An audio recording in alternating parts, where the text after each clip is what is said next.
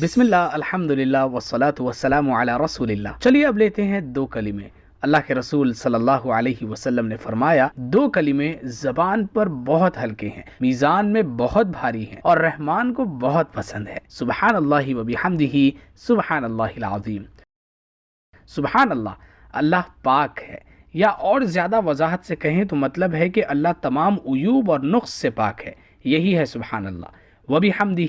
و بحمدہ میں چار الفاظ ہیں، و یعنی اور، بی یعنی ساتھ، حمد یعنی تمام تعریفیں اور شکر، و بحمدہ اور اس کی تعریف کے ساتھ، ہی اس کی، و بحمدہ اور اس کی تعریف کے ساتھ۔ اس کا مطلب یہ ہے کہ اللہ تمام عیوب اور کمی سے پاک ہے، ساتھ ہی ساتھ وہ تمام تعریفوں کے لائق ہے۔ الحمد کا مطلب شکر بھی ہوتا ہے۔ سبحان اللہ، اس کا ترجمہ آپ جان چکے ہیں، پاک ہے اللہ۔ العظیم، بہت طاقتور، بڑی عظمت والا۔ شروع کے ٹکڑے سبحان اللہ و بحمدہ کی وضاحت پہلے گزر چکی ہے۔